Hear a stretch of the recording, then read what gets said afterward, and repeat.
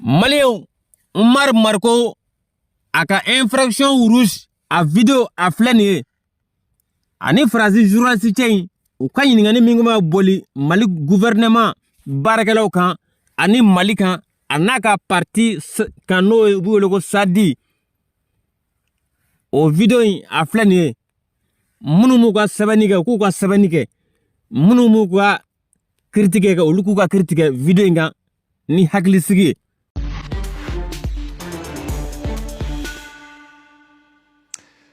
Bonjour et bienvenue dans Tête à Tête sur France 24. Notre invité aujourd'hui est Oumar Mariko. Il est président du parti politique malien Solidarité africaine pour la démocratie et l'indépendance, le SADI. Le SADI est un parti qui a reçu fin décembre une assignation en justice en vue de sa dissolution. Les autorités maliennes accusent en effet Oumar Mariko de porter, je cite, atteinte au crédit des institutions, sans doute suite à ses dénonciations des crimes commis lors de la reprise de la ville de Kidal dans le Nord Mali.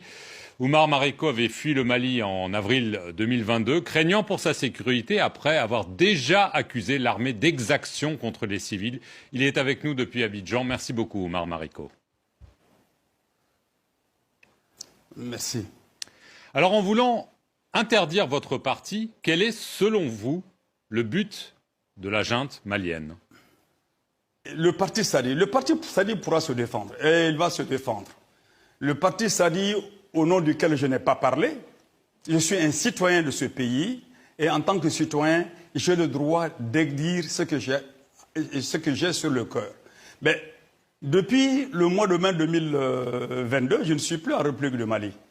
Parce que, pourchassé justement par cette junte militaire, pour avoir dénoncé un crime odieux, passible d'être un crime contre l'humanité, celui de Moura. Et il n'y avait pas Moura que j'ai dénoncé. J'ai dénoncé Moura qui a été opéré par les supplétifs de l'armée malienne, en fait, disons, des 5 colonels qui les ont fait venir, des mercenaires qui ont fait assassiner plus de 1000 personnes à Moura. Et avant Moura, je me suis insurgé contre les tueries qui ont eu lieu à Nyonon, les tueries qui ont eu lieu dans le plateau d'Ogon. Je me suis insurgé contre tous ces débordements-là, dont la responsabilité incombe au niveau stratégique de l'armée, entre les mains de Assimi Goïta et ses camarades, et qui incombe effectivement aux hommes politiques qui le soutiennent. Si c'est pour cette raison, cette déclaration que j'ai eu à faire depuis le régime d'avant l'arrivée de cette junte-là, si cette déclaration me valent poursuite, je ne sais pas en quoi le Sadi qui n'a pas fait une déclaration de cette nature-là va être accusé. Alors donc, simplement, la junte a envie de faire place nette pour être seul maître à bord, alors qu'elle n'a posé aucun acte aujourd'hui qui puisse permettre aux Maliens d'en être fiers. Monsieur Mariko, que dénoncez-vous exactement au nord, le retour de la guerre? Est-ce que vous pouvez nous dire, selon vos informations, ce qui se passe actuellement dans le nord du Mali? Est-ce qu'on assiste au retour de la guerre, à une guerre civile? De quoi s'agit-il? Mais vous savez, aujourd'hui, il faut savoir que, pour l'instant, c'est l'État islamique qui a réussi à se mettre avec le moudjahidine du peuple, qui sont en train de livrer la guerre contre l'armée malienne. Et vous devez savoir que les milices Wagner, les mercenaires de Wagner, quand ils sont sur le champ de bataille, avec les fractions de l'armée, c'est Wagner qui commande l'armée malienne sur le terrain. Et il leur a eu même à ces mercenaires de Wagner d'en découdre avec les soldats maliens qui ne sont pas d'accord avec les exactions qu'ils sont en train de subir contre les populations. Donc il se passe au nord du Mali, et ce n'est pas seulement au nord du Mali, hein. Il se passe dans toutes les zones de guerre, partout où les djihadistes frappent, il se trouve que les unités militaires qui sont sous le commandement de Wagner à ce niveau-là assassinent, violent, pillent les populations civiles. Ça, c'est une réalité que la junte veut cacher, qu'on ne peut pas cacher, parce que nous devons sortir de cette guerre-là.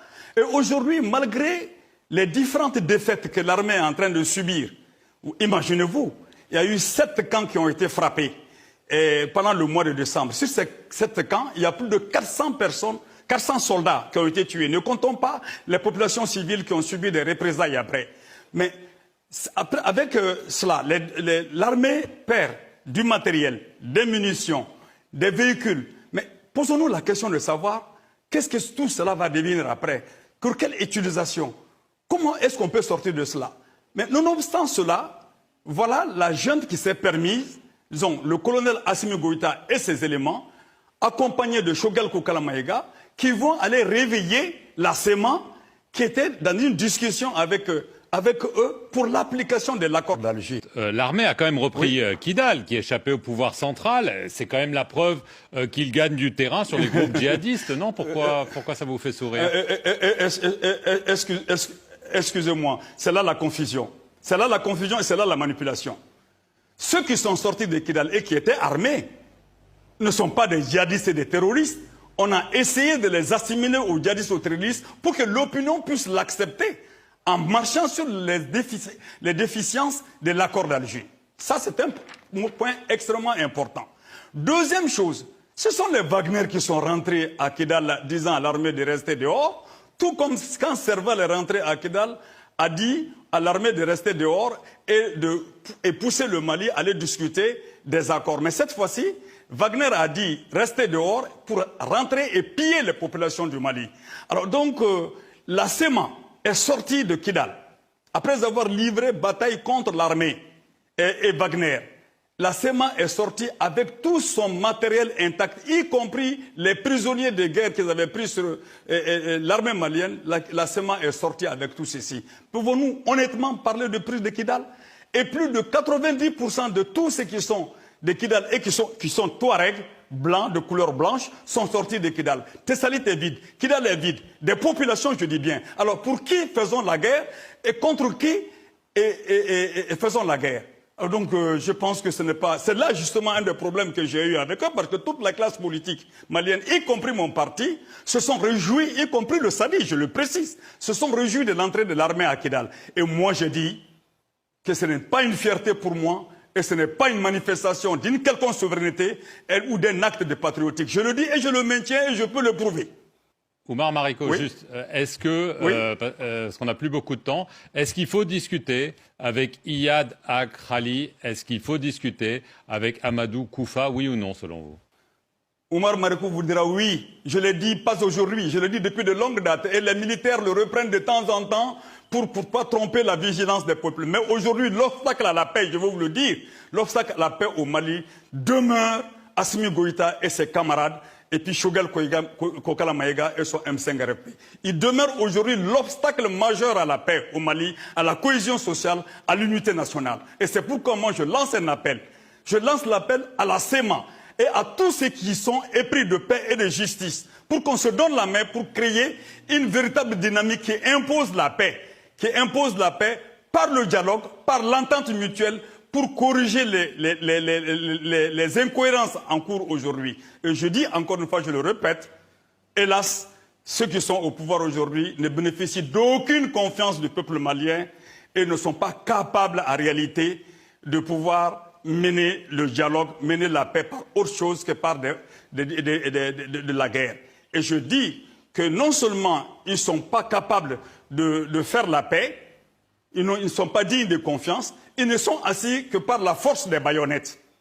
Par la force des baïonnettes, et ils sont aujourd'hui de plus en plus impopulaires. J'en profite pour dire aux africanistes, aux panafricanistes mouches, excusez-moi l'expression, qui se réclament du panafricanisme ou à certains pseudo-communistes ou de gauche qui sont en train de soutenir ce régime parce qu'ils voient en ce régime-là la critique des pouvoirs dans lesquels, des pays dans lesquels ils sont et contre lesquels eux ils se battent. Ils voient au régime de Assimi Goïta une façon de les aider dans leur lutte. Le faisant, et ils les soutiennent. En les soutenant, ils doivent savoir qu'ils sont en train d'écraser l'espoir démocratique du Mali. Ils sont en train d'écraser la cohésion sociale au Mali et ils vont être interpellés devant l'histoire. Dernière question, Oumar Mariko. Qu'est-ce que vous préconisez? Donc vous estimez que la junte, j'imagine, veut se maintenir au pouvoir, elle a déjà repoussé les élections. Qu'est-ce que vous préconisez? Vous avez parlé de la force des baïonnettes. Est-ce que vous pensez que la seule façon, c'est de renverser cette junte. Mais cette junte n'offre pas d'autre possibilité. Elle n'offre aucune possibilité parce qu'elle ne permet pas l'expression démocratique, elle ne permet pas l'expression, et d'ailleurs, elle vient d'ailleurs de décréter que tous ceux qui ne disent pas leur information, alors que leur information elle est fausse, elle est erronée, sont passibles d'être des gens contre le pays. Et il y a un moment, il faut que cet esprit s'arrête dans notre pays. Depuis un moment donné, les régimes en place, les successifs, se croient le peuple. Ils se croient le peuple et les dictatures se croient être le peuple, le représentant du peuple. Mais si encore ils pouvaient être dans le peuple, on pouvait comprendre. Mais aujourd'hui, la junte n'offre aucune autre solution. Ou elle s'en va, ou c'est le chaos, ou si le Mali va à l'hécatombe. C'est tous leurs discours qu'ils sont en train de tenir aujourd'hui. Je vous assure que c'est des discours pleinement démagogiques et de la propagande mensongère. Donc vous pensez qu'il faut renverser cette junte par la force y compris? J'appelle tous ceux qui ne sont pas d'accord avec ce régime et qui sont d'accord avec la République et le respect des libertés démocratiques, qu'on se donne la main. Et en se donnant la main, en faisant une stratégie, alors nous comprendrons quels sont les moyens qui s'offrent à nous. Ça ne peut pas être forcément des moyens militaires, mais ça pourrait bel et bien être un bon soulèvement populaire. En tout cas, dans tous les cas de figure, tout ce qui va se faire doit avoir la légitimité. Et je dis là-dessus que ce n'est pas que ces gens sont incapables de faire des élections, mais non, non, non. Ils feront les élections, on les a vus faire des élections, mais ils feront quel type d'élection? Ils ont fait passer une constitution au forceps. S'ils n'arrivent pas encore à faire l'élection présidentielle, ce n'est pas pour les beaux yeux de la démocratie ou des Maliens. C'est parce que justement, ils n'ont pas encore trouvé entre eux qui va être le président de la République. Le jour où ils l'auront, ils vont organiser les élections dans leur salon et ils vont se donner un certain habillage de légitimité. Alors là, c'est de la façade. Notre combat des années n'aurait aucun sens. Oumar Mariko, merci beaucoup d'avoir répondu aux